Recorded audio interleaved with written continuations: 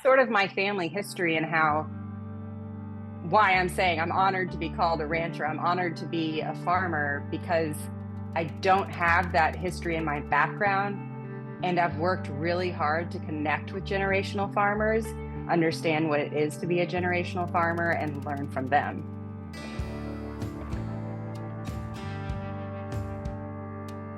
All right, Maggie, welcome to the Meat Mafia podcast. Thanks for doing this. Thanks for having me. I'm very excited. So one of our mutual friends connected us. And he was like, I have this good friend. I just met her. She's a fourth generation steward at a ranch out in Kentucky. And so we got to have a conversation a few weeks ago. And I just loved everything about what you're doing, your story, the fact that you guys are biodynamic. And I think I was telling you this when we caught up. Harry and I, our favorite episodes are episodes like this when we actually get to connect with our ranchers that are doing the difficult, meaningful work of growing our food and really just teaching our audience just things that they need to know about ranching and the food industry in general. So number one, I just wanted to thank you for joining me. Thank you for the amazing work that you do. And I would love for the listener to just learn a little bit more about, your backstory at Fox Hollow. I know it's an amazing family story, so I'd love for you to tell that. Yeah, even you calling me a rancher, I'm honored. I'm like, wow, I've been having cowgirl dreams for over 20 years and Yeah, it's exactly. coming true. Yeah. So I am a fourth generation steward of Fox Hollow Farm. My family's farm originally started in the 1930s. My great Aunt Margaret purchased the main manor house and about 700 acres around it. And while she loved farmland and loved nature, she leased the farming operations out to a dairyman. And my mom remembers being young, going out to Aunt Margaret's farm, and she always talks about the buttermilk biscuits because the buttermilk came straight from the farmer, and just really enjoying that connection, going to the milk parlor, enjoying fresh milk straight from the farm. But none of my family were particularly farmers. They leased it out to other farmers. Same with my grandmother. When she inherited the farm in the 70s, she decided to sign a 20-year lease with a 3-crop rotation farmer, which is wheat, corn, soybeans, and a whole lot of chemicals. Wow. Airplanes of chemicals. I'm sure you've seen some of those videos. And I recall as a young girl, my grandmother would run out the front door of her house and wave her hands and scream at the planes and be like, no, this is so bad for the farm. She loved the woodlands. She loved nature. She loved connecting people with the farm. The idea of stewarding that many acres, 800 acres at the time, was a big feat. And what was typical for land stewards at that time that weren't necessarily farmers was they would lease it out to farmers. So that's sort of my family history and why I'm saying I'm honored to be called a rancher. I'm honored to be a farmer because I don't have that history in my background. And I've worked really hard to connect with generational farmers, understand what it is to be a generational farmer, and learn from them.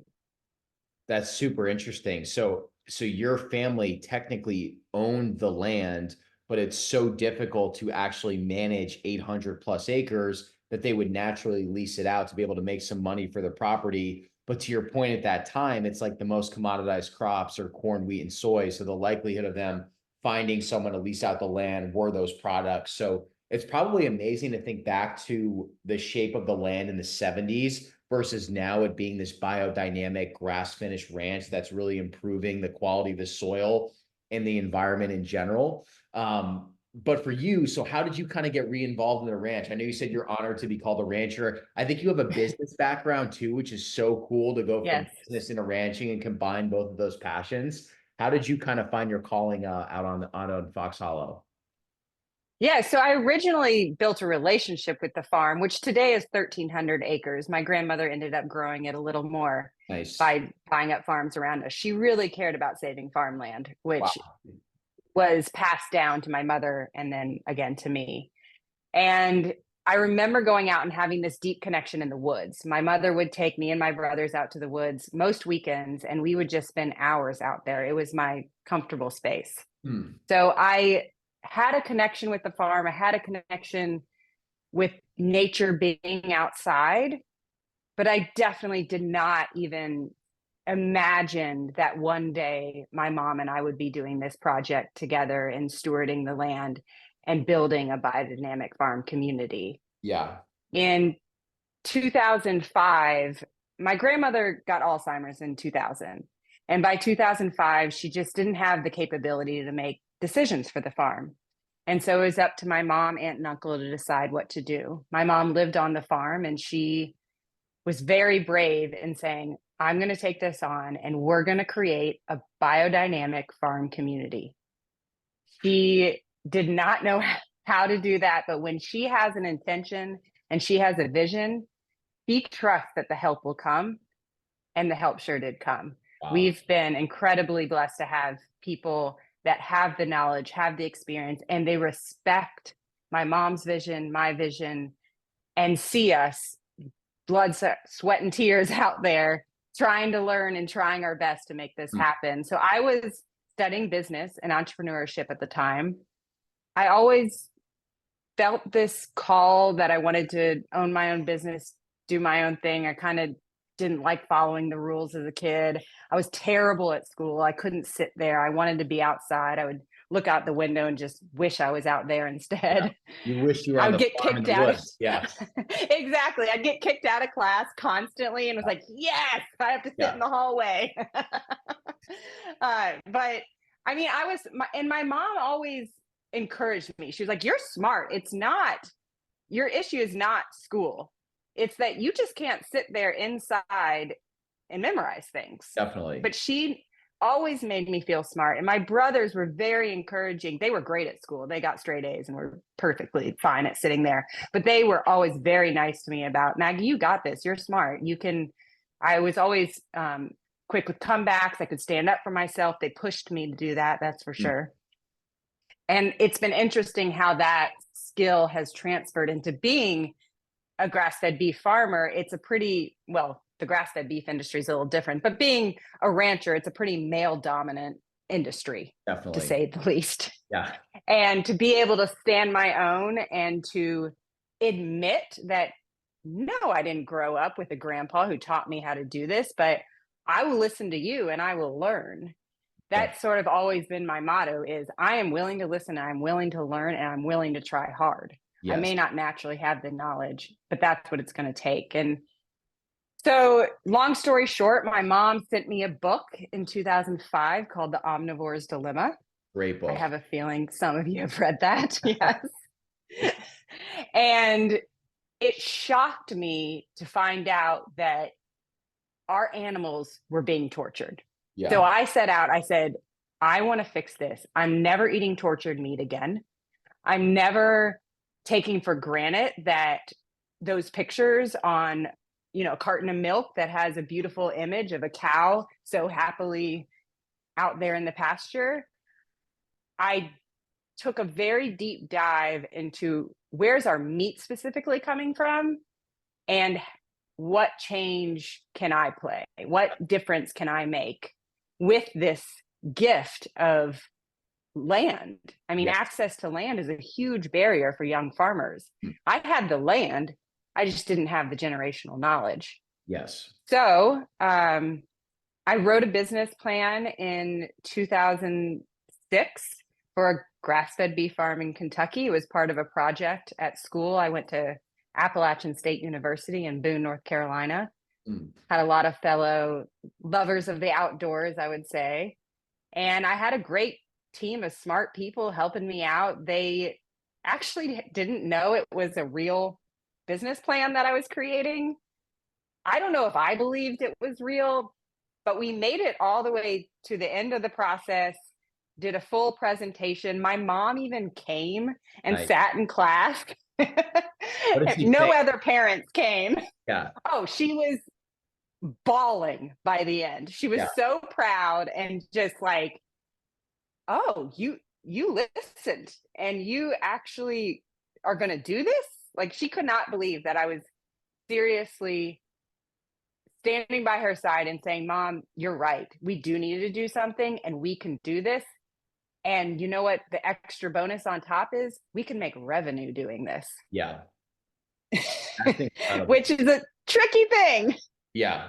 Yes, but there's a way that you can do it profitably. I mean, there's so much to unpack with what you just said. I mean, number one, your mom sounds like an absolutely incredible woman, not just because she decided to inherit this land and do something with it and make it a regenerative, incredible piece of land, but also even just like the belief in you and telling you that you're smart, where you always were smart. It's so many people with school, they just aren't interested in the subjects that they're being taught. Like Mhm. they would rather be outside and play or whatever. And then you find your calling, like business or this desire after you read Omnivores Dilemma to do ranching the right way. Oh, and all of a sudden you put together a business plan for the ranch. Like you just needed the right thing that you were interested in, and you blended together these two passions. And that seems like that's led to what you're doing now. It's so cool.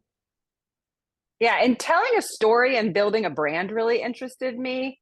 I mean, at the time when we first started, we only had 30 head of cattle. We bought our first 30 head of cattle, hottest day in July 2006.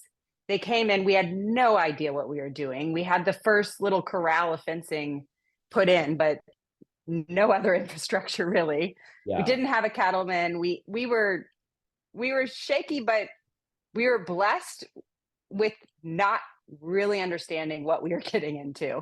Yeah. And we were naive. If I had the knowledge I do now and said, "Oh, I'm just going to try this," I would be like, "Oh no, I'm way too scared to do that." But I had no fear back then. I mean, I was 22 years old. I was young and ready to Full of go. gusto. Yeah. Yeah. I think being naive and having that energy is honestly a superpower though, because if you realistically like overly processed how hard it was going to be to get to where you are now, you probably wouldn't have done it. Just like we would have been like, oh, we're two nut jobs posting about meat and recording a podcast about meat in the food system. But then it's like you kind of take that naive energy with great energy into what you're doing. And then like brick by brick, you build something out that's really special. So my question for you is, so you start off with 30 head of cattle back in 2006. How many head of Mhm. cattle do you have now?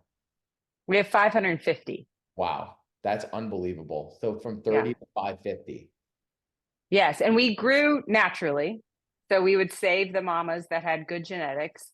Genetics is a huge part of this. I mean, I'm sure you've experienced this. You taste some grass-fed beef and it is phenomenal. It has good marbling. The feel on your mouth is good. The flavor is deep. It's intense. And then other grass-fed beef with quotations that you try is just cows thrown out on the pasture with no pasture management, no real skill. The attention to detail and genetics in the grasses and the movement of the animals is not there, and so it tastes like gamey and no flavor and so lean that it's like a brick. Yeah. So that has been key to, well, the learning curve there was huge, but we've got that down. But also key to our success Mm, is I knew from the beginning, if this is going to work, it has to taste the best any grass-fed beef has tasted. I love that. And it's so interesting. I literally was just saying this an hour ago. I feel like grain-fed beef is all just like it's consistently good. Like it's not going to be exceptional, but it's good across the board. Where grass-finished meat is almost like wine, where when you get really good grass-finished meat, it is the best steak you will ever have. And if it's from someone that doesn't do things the right way, it's probably some of the worst meat you're ever going to have. But if you get it from a right ranch, you're like, this is like God's ruminant because it tastes so damn good. Yeah, So I want people to taste Kentucky. I want them to taste the yes, bluegrass. We call it bluegrass fed. I saw that on the website. Yeah. Yeah, I mean, there's bluegrass. It's more cheeky than anything. There's Then it- bluegrass in our pastures, but it also has other grasses in there like fescue and alfalfa. yeah.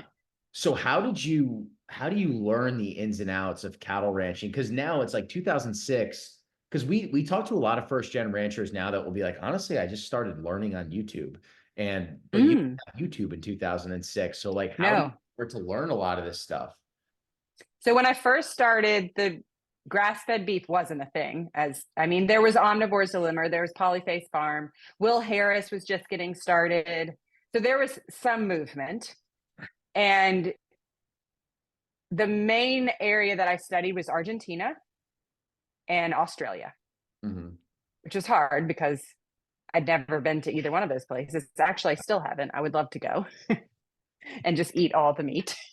All of the meat. Yeah. All of the meat.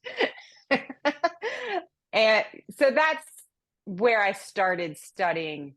And that's where I got the flavor idea. I mean, Argentinians described their meat by texture, by flavor, by mouthfeel. And Americans were describing the meat more by like grating or marbling. Like they didn't seem to have the same values as the Argentinians had.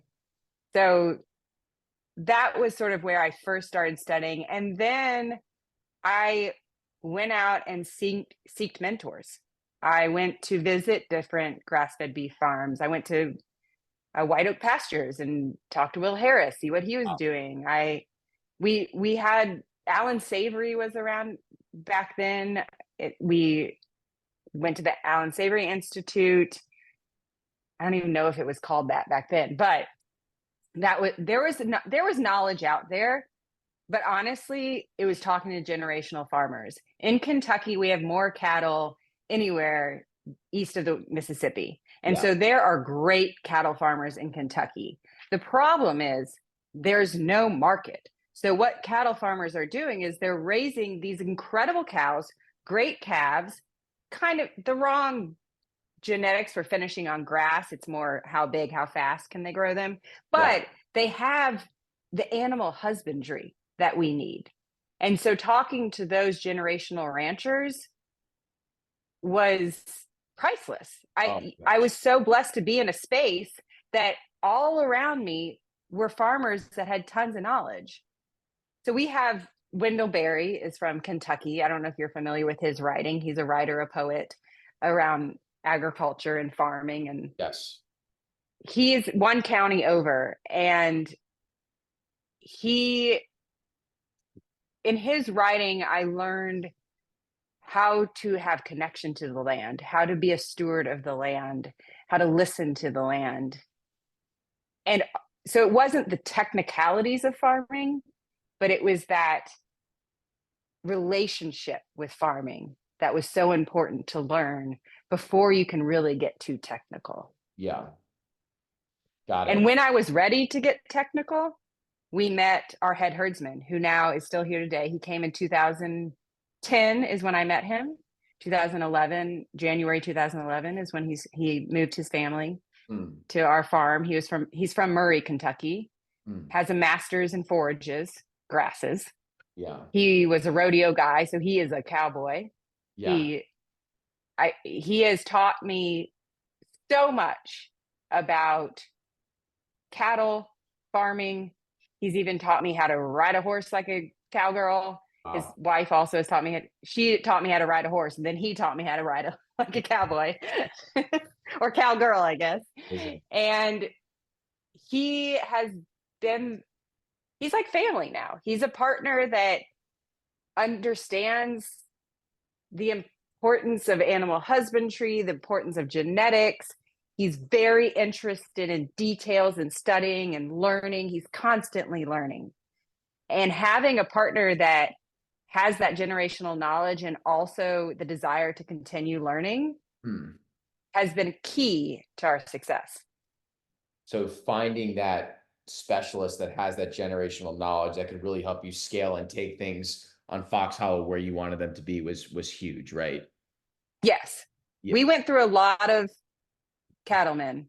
From 2006 to 2010, we went through 4 cattlemen. Wow. And it was hard. Why do you think it was so many? Sorry, I didn't mean to cut you off. Yeah, go ahead. I was going to say, why did you go through so many? Like, what is so difficult about finding the right fit? Just from someone like me who doesn't really know anything about this, I'm just curious. Not knowing just being so naive to running a farm. Yeah. We didn't know what even to ask when interviewing. And so, for example, the first guy loved land, was very heartwarming and open guy. He knew about horses. but that does not Yeah. transfer to cattle. I'll tell you that. Yeah. I would say ego, men with large egos having two women Yeah. run the farm and say how they want it run. That clashed sometimes. There were moments where mom and I felt pretty threatened in a room, and Thing. we had to stand up for ourselves. Yeah. But that's okay. Thank God I was raised by brothers. Yeah. And then so one of them taught me a lot about cattle because he was very into show cattle and like big Angus show cattle. Yeah. So he understood cattle genetics. He taught me a lot, but that's just not grass fed. That is a large framed Angus animal who has been fed wheat, corn, and soybeans and all the crap for years is not going to get us to a well marbled, finished grass fed beef. Yes. So then we meet Derek, who was getting his master's in forages, was studying Alan Savory, was connected to his ancestral heritage to the point where he wanted to learn more ancient ways of farming, which biodynamics is very tied to. It's not new knowledge, biodynamics farming. It's what all of our ancestors were doing anyway. It's very indigenous way of farming. And he had interest and connection. He didn't necessarily know about biodynamics, but he was open to it. Got it. So and just his demeanor, honestly, I don't know if you've heard this expression, but someone on my team recently taught me this. A man written by a woman. Oh, interesting. I've never heard that before. Me neither, but I like it. I get it. And so he just is able to work.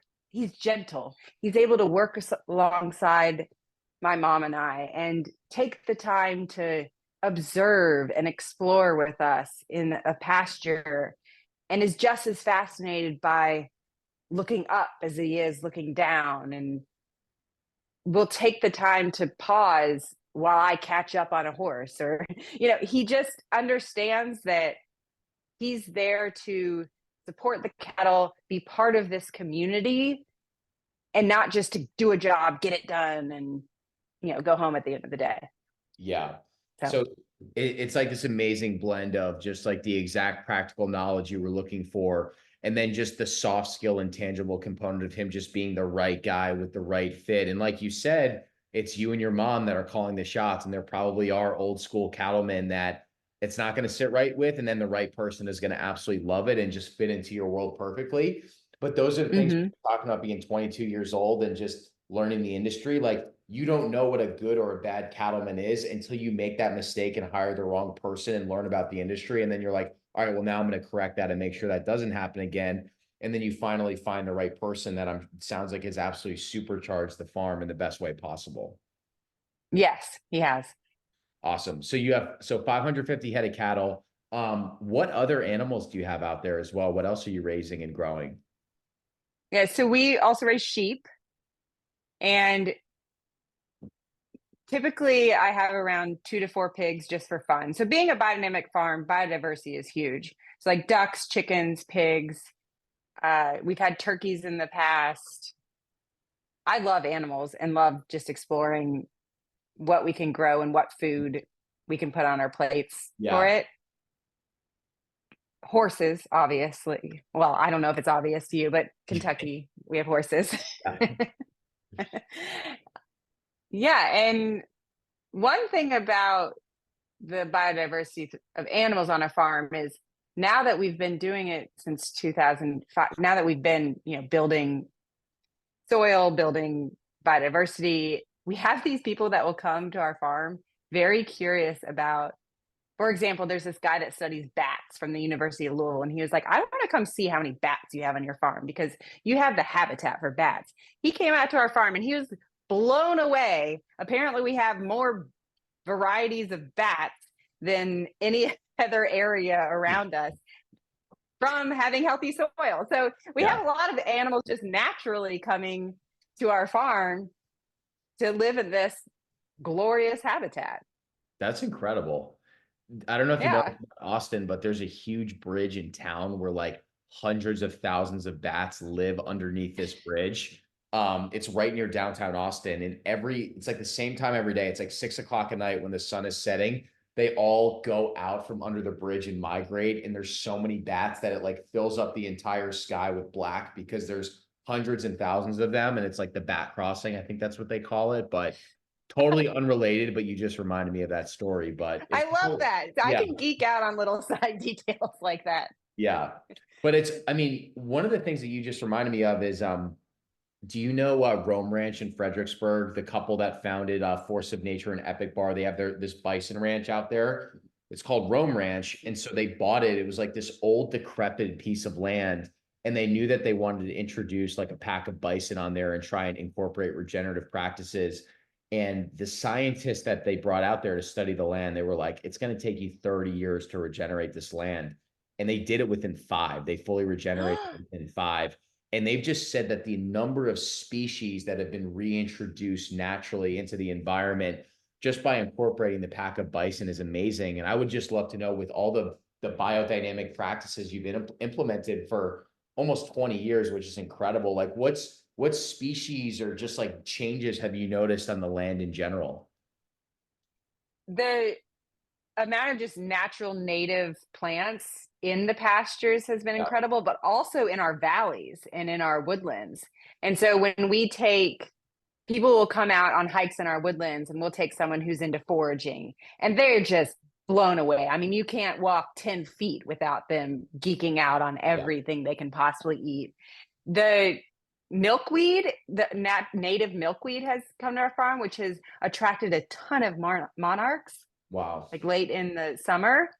That's been really neat to watch. We naturally have a ton of yarrow, just like natural chamomile throughout the pastures, all these natural wildflowers that are coming back from the seed banks from healing the soil. But also when you look up, birds, butterflies. In our cow patties, the amount of dung beetles that are in there, that's something a rancher is going to be very proud about, their dung beetles. Dung beetles. I mean, mushroom varieties in our woods. There's so much biodiversity naturally that we can eat, enjoy, other animals can eat. The amount of ladybugs we have, natural predators to some of the pests that do want to eat some of the vegetables we grow. So part of our biodiversity is we started a program called the Partner Grower Program. And it is inspired by when we first started, we knew we wanted to have grass-fed beef, but also we felt like we needed some vegetables on our plate. I don't know how the carnivore diet feels about that, but we felt we wanted some vegetables. And so we were incredibly lucky. My mom found a guy named Pavel. And Pavel's been on our farm since 2007, growing vegetables, and is the most meticulous vegetable farmer you will ever see. He's built an incredible business called Pavel's Garden, and he has made it work. He's figured it out. On 4 acres, he's able to grow an incredible amount of vegetables, support his family, and is always getting better, always more efficient. And it's been when we started working with him and met him, we saw the value in community of sharing knowledge, sharing space, sharing implements. I mean, he taught me how to garden. I had no idea how to garden. And so we started to grow that program. So through the Partner Grower Program, we have other entrepreneurial farmers who lease small plots of land. We have houses on the farm that they can live on. And we're hoping to grow the program more and more. We have some flower farmers who are great, beekeepers, an orchard. I have so many dreams of other things I would love to see on the farm. Yeah, I'm sure your head is probably just spinning with how many ideas you have now. Yes. You know what? You're making me think, like, I love the fact that you have this you're technically fourth gen, but in some ways you're kind of first gen at the same time. You're this really interesting hybrid. And it sounds like when you read Omnivores Dilemma, that totally changed your perspective on food. And I think everyone remembers that light bulb moment when you understand what real food is versus like highly processed industrial food. Mm. And I remember deciding I was going to go carnivore because I really wanted to try and heal my autoimmunity through diet. And I remember going through the Whole Foods in New York City and just looking at ingredient label after ingredient label and just thinking like, I think back to Food Inc. with Michael Pollan, where he was calling a lot of these products food-like substances versus real food, and just being like, we've just gotten things so ass backwards. Like even the meat at the grocery store, there could be 20 plus touch points. And what real food actually is and what a real transaction is what you're describing of like you and your mom and your family putting in this incredible care and these biodynamic practices to raise animals, to raise cattle with this really healthy, sustained life, incredible quality product. I pay my hard-earned dollar directly to you as the customer. And it's this like very additive process versus this destructive process at the grocery store. And it's kind of a long-winded way of just saying, how does this whole process of becoming a rancher and a steward just change your perspective on food in general and what real food actually is? Mm. Wow, that's a great question. People always think it's such a complex answer when they're like, well, what's your diet? What do you eat? And I'm like, anything that can grow from the ground, anything that I can actually cultivate on the farm in season. But the aha moment for me, I mean, I was interested in cooking, I would say, when I started farming, especially. Like, I started to get a little interested in cooking in college when I realized I was just like bloated, blowing up with Yeah. beer and bread. Beer and bread, that'll And, do it. yeah. And so I started cooking, and what was that diet that is, oh, it's like, I can't remember the name of the diet, but I started doing this diet. Like, it wasn't Whole30, but it was similar to that. Yeah. And started doing this diet and realized, wow, I feel a whole lot better. But all I was eating was vegetables, meat, you know, fruit occasionally. And I had more energy. My brain fog completely went away. I could sit in school longer, which was Wow. shocking. I was like, oh, maybe I can sit here if I feed my brain the right things. Yes. Yeah. That's yeah. Yeah. Go ahead. I'm sorry. A big part of something that I didn't realize till later. So my grandmother was very health conscious. She thought organic was cool way before anyone else did. And she was a vegetarian, but very low fat. And she ended up getting Alzheimer's in 2000. She was so healthy. She was fit. Mm. She, practiced meditation back, and this is back in the 80s. I mean, this is not, it wasn't what it is Well now. ahead of her time. Yeah. And she got Alzheimer's, and I haven't studied it that much, but I do believe the lack of fat in her diet Mm. contributed to the Alzheimer's. And I remember thinking, like, I don't want to do a low fat diet. I want to do a real food diet. And then Yeah. I discovered slow food, which I don't know if you're familiar with slow food, No, I'm but actually not familiar with it. okay. So slow food is the movement started in Italy. Basically, this guy, they were putting a McDonald's in his town. Mm. I think it was Torino, Italy or something. You can fact check me. I don't. And Checking so here. yeah, they were putting a McDonald's in his town. And instead of just protesting, like being like, we don't want McDonald's, we make fresh food and we grow our own food and meats and vegetables are healthy. He sat in the streets and gathered people with bowls of fresh made pasta and just said, we're going to eat real food, slow food, not this fast food that you're bringing to our town. And it created this whole movement.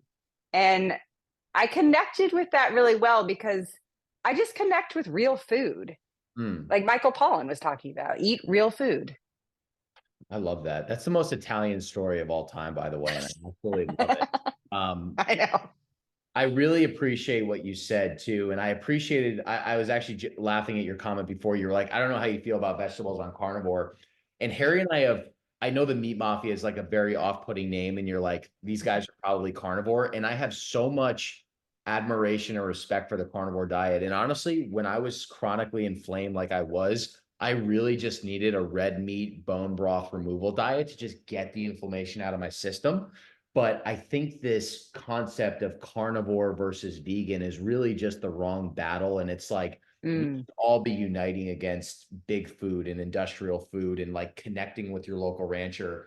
And what I try and say is like anything that's grown on your farm, I think as a consumer, you should do the research and the experimentation on like what combination of those foods work best with your body. Where like now my stomach is so permeable where if I want to have some amazing vegetables that Pavel is growing with some steak, I can do that. But maybe sometimes I'll just have steak, or maybe some people are a little bit more plant-based. Like I'm trying to get out of the dogma of a one size fits all approach and just be like, you know what? If you can just develop that intuition, buy real food from a farm, figure out what makes sense for you, regardless of how much meat or not you're eating, you're going to be so much better off than someone on an industrial food diet. So true. You said it perfectly. I completely agree with listen to your intuition, listen to your gut, if you will, Yes. and it'll tell you what makes you feel good. Yes. You're making me want to come. Harry and I, we got to do something where maybe we could come out to the farm and do like a big farm dinner or something like that. That would be so much fun. I would love that. Yeah. Have you, and that's something that you want to do more of, right? Or these like farm experiences where you can invite people out from neighboring cities to really get exposure to what you're doing. Because I think I told you when I was in New York and I first went carnivore, I'm like, I don't even know how to find a local farmer. So I think there are so many people that have never gotten exposure to a biodynamic farm or have never seen a big herd of cattle before, have never met a local rancher, and they get to experience that and then probably have one of the best meals of their lives too. That's grown like in the exact area that they're in. So I'm sure that excites you to do more of that. I love connecting people with the farm and watching their faces as their mind is blown when like a garlic seed is a clove of garlic or asparagus pops out of the ground magically every Yeah. spring. They're just like, what? Yeah. Taking, I keep on being like, this year, I just want to take people out to the pasture in calving season and look at their faces, especially kids. Like I love watching people who just haven't been around cattle be just enveloped, like just they're just all around you. Yeah. And you see the little tiny babies and the mamas are calling them. You can tell which one the baby's mama is, and it's nature just to its purest degree. Yeah. Yeah, that, and then you're the one that's cultivating those experiences. Like, I don't think there was a reason why when you were a kid, some of your favorite memories were just like walking around on the property. And I'm like, we've been doing a lot of podcasting around the concept of just grounding and like getting your shoes off, Mm. getting in the sun and connecting with the soil and really grounding yourself. And I'm like, there probably couldn't be a better feeling for you than just being able to walk around the property barefoot. Obviously, you got to watch out for the cow pies and the dung beetles, but if you can avoid that, it probably is amazing. Why avoid it? It's Yeah, got to be good for your skin. yeah. But no, it's just something I've been thinking about more. Do you ever wonder what your grandma would think if she could see what the ranch looks like now? Oh, every day. Yeah. If I could, I definitely take time to connect with that idea and that thought. And there, I have, she got sick when I was like 15, Mm, and I was just getting to know her and just seeing this woman ahead of her time who cared so much about connecting people with healthy food, with the land, and with understanding themselves. She was very self-aware. mm. And I remember thinking like, wow, this woman is powerful. And now people that knew her, whenever they meet me, they're like, you're so much like your grandmother was. Like one of my best friends, actually, our grandmothers were friends, and she's very much like her grandmother. We're both generational business owners, and it's so cool just to like, you could feel that. Like when you meet someone, you're like, I feel like I know you. And you're like, oh, our grandmothers were friends. Like we clearly were meant to be friends. Yes. Well, it's Yeah. probably such a badge of honor because it sounds like your grandma had such an amazing impact and had this vision of like what the farm could potentially turn into. So I would imagine it's just a very honorable feeling to think back to like 2005, 2006, when you had this dream and this business plan to, and I know that you have huge dreams of what you want to turn the farm into, but already what you've done over this last 18-year period, I'm sure it's just like a magical, special feeling that's probably tough to articulate to people. It is tough to articulate. And that's why I want to bring people out. I want to get people out of looking at their cell phones and just, I feel like whenever I ask anyone how they're doing these days, like busy, I'm like, well, what the heck is What does that? that mean? Like, are you laboring over something? Or are you sitting there staring at devices? Because I Definitely. don't know what busy is. And so I want to bring people out to just see that there's more to life than looking down. Like, look up, experience something. And I also look forward to collaborating with my brothers. Uh, they are great business people. They've been so respectful of the business, and we're now starting to have conversations about how we could all use our skills towards this family farm. And I have kids now, so I can imagine the next generation. Like, I love it being a family farm, not and beyond just our family. I mean, we've built a community of farmers who feel like family. Yeah. And how can we embrace that type of living more, where you're living in community and it's part of your daily rhythm to look up and see a like-minded person also using their physical bodies to produce food. That Hmm. is something magical to me that has been going on for generations. I realize this isn't a new phenomenon. Definitely. Yeah, you're making me think. I'd be curious with you growing up in Kentucky. Like I grew up in like a very metropolitan area, like New Jersey, like the New Mm, Jersey, New York metro region. And I come from an area where most people have college degrees, and I felt like mm, you were what were prized were like corporate professions and things like trade jobs and agrarian jobs and things like that were almost looked down. And I see a lot of mhm. millennials that are my age that have gone that corporate route. And I was one of them that was very disenfranchised. And then one of the coolest things for me is like connecting with people like you and some of these amazing ranchers where I'm like, I don't know if there's anything more noble or like you're actually building something, like you're regenerating the land and then you're creating like the most nutrient dense products that you're selling to the community. Where it's like, I think we have this innate desire to want to build and connect and do things in a healthy way. And so many people in corporate America, it's like I think people are starting to wake up and realizing I'm not really building anything or doing anything, and they want to figure out what else is out there. So I think just visiting a farm like yours or just a local farm in general is just a great way to rewire your perspective with food and life. And I think you would be amazed at what mental shifts in yourself you would get from doing that. Yes, I would love to support people in discovering that. Yeah. And And I want to connect with those people too. I feel like, I think I told you this when we first met. I've been so, I mean, head up in the sense of like looking at nature and appreciating nature, but very focused on the farm, very yes. focused on how can I heal this piece of land? How can I learn this skill? And how can I build this community by bringing people in? And I'm ready to look up and connect with people that are different than me, that are also founders and have stories to share, and I can learn so much from, and are inspired in what inspires them. It may not necessarily be they want to be a farmer, but Yeah. they're super proud about what they're doing. Definitely.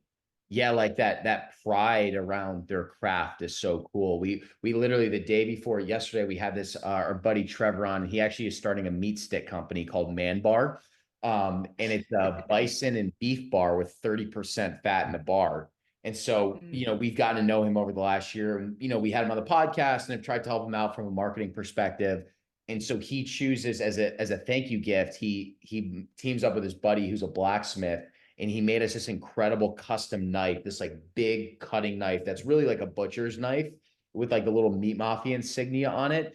And like I get Aw. introduced to this guy who's got this amazing craft as a blacksmith. And it's like to your point, I love connecting with people that have this like hardworking, like artisan mentality that are really trying to build something. And it kind of feels like there's this shift going on in this country of, I think people are really like craving that. And now with the internet, there's so much access to learn these different trades and professions. Like, I know not everyone can just get a plot of land, but there are other ways that you can get involved in like a similar craft or a trade. Yeah, exactly. Just having a passion and going for it, even Yeah. if, yeah, that access to land point is such a strong point. I would love to work on that and try to figure that out. One project I'm working with is the Berry Center, which is in Newcastle, Kentucky. It was started by Wendell Berry's daughter, Mary Berry. And they are working hard to figure out how to create a system, a program that can support farmers. So that's what I was saying. A big problem is the market isn't out there. I mean, you have to be a small entrepreneurial farmer that is willing to do all the marketing and branding, or you have to be huge and sell to the mass market. There's no middle ground. And so how can we build that middle ground so then when it is possible for these people to have their dream, their passion, it could go in so many directions of just getting back to connecting with the basics, like knives and like a blacksmith. I would love to have a blacksmith on our farm. Oh my gosh, how much welding we have to do.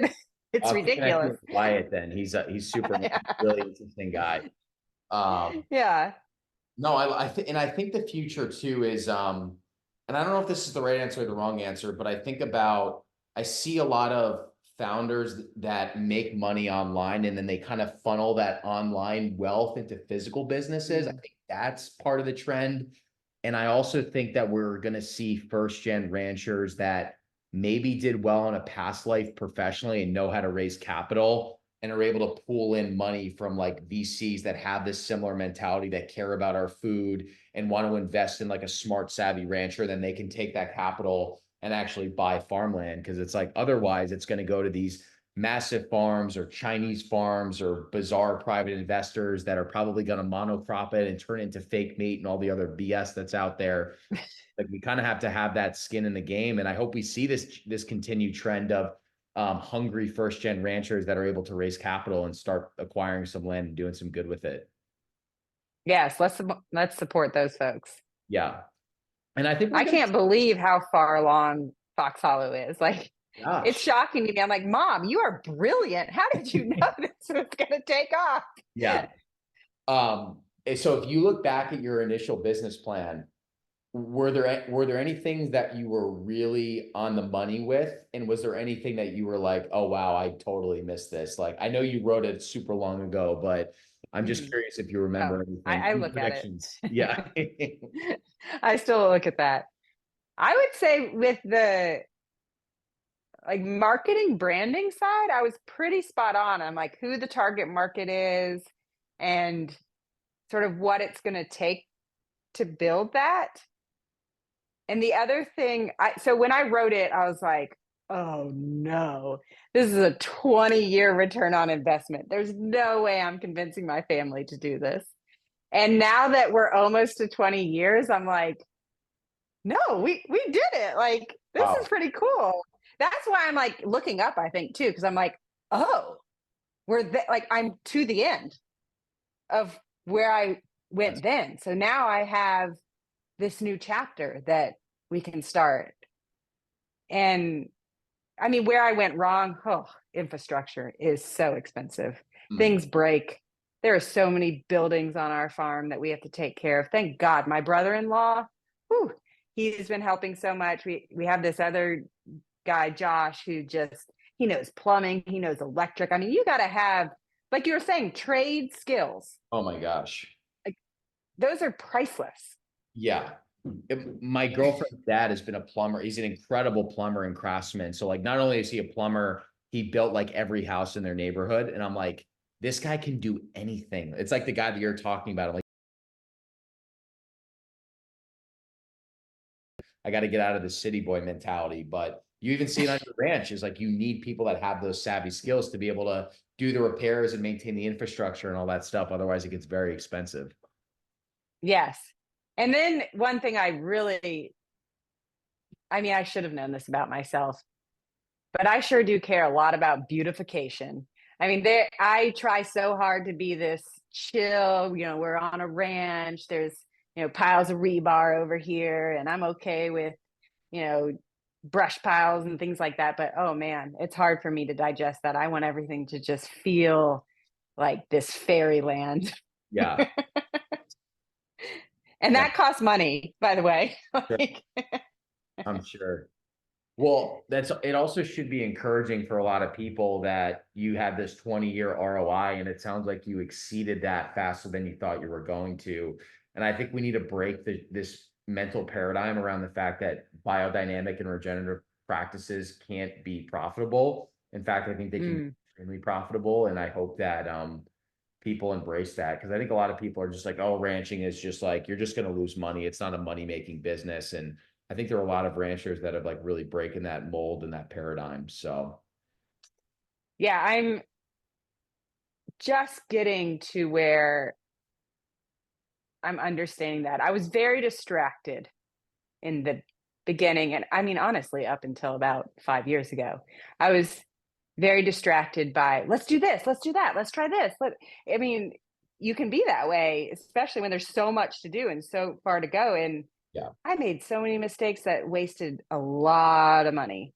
So Hmm. I definitely have a hard, like, were you saying that? I'm like, oh gosh, I don't know if that's true, but maybe.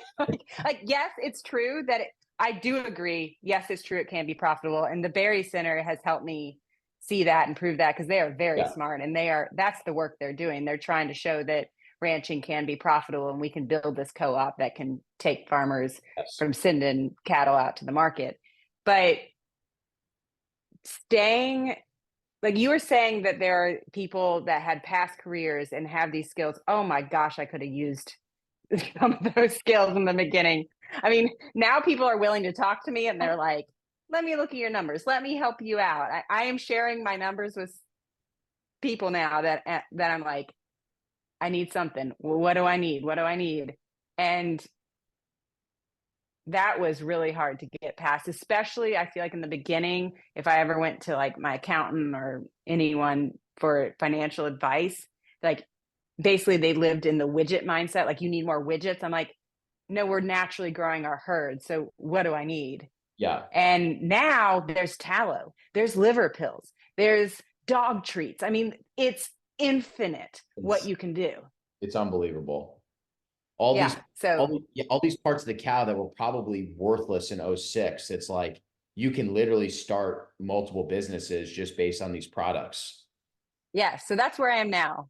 And I am so ready. Wow. So we're thinking maybe we'll see some Fox Hollow tallow skincare, cooking tallow, meat sticks, perhaps, maybe liver capsules, all of it.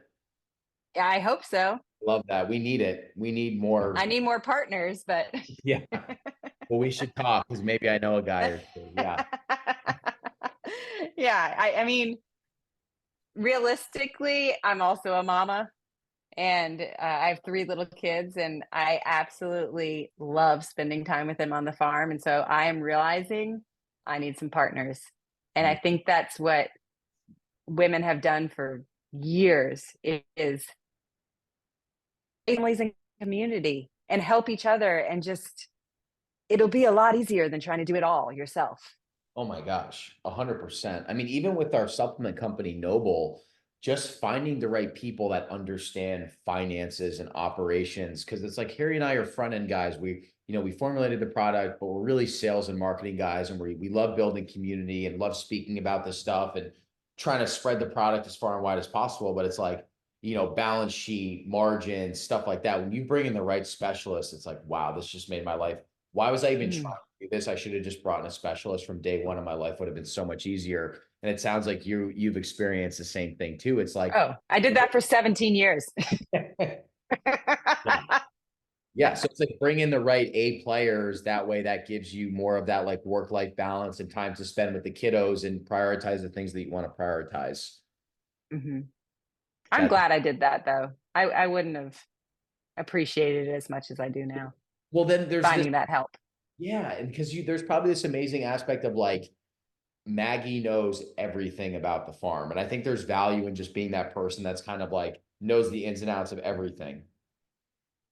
Yeah. Every nook and cranny. Definitely.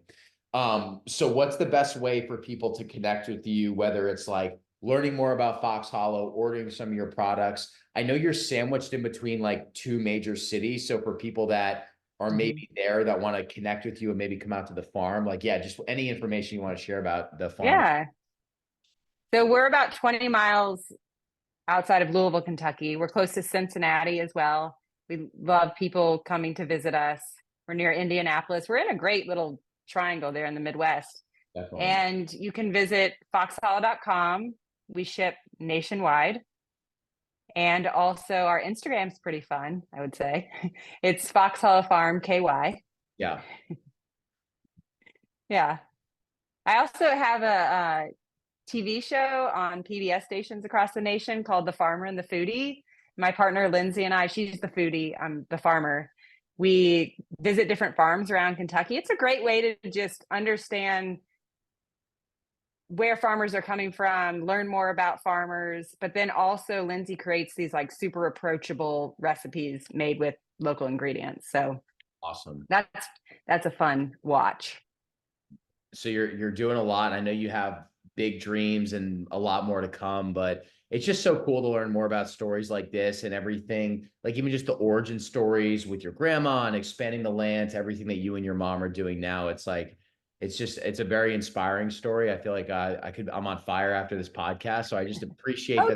Good. Yeah, that there's people like you that exist that are really fighting the good fight and trying to grow the best products possible and make the land healthier and restorative. And just appreciate you doing the show. And hopefully we'll be able to come out to the farm and actually meet you in person.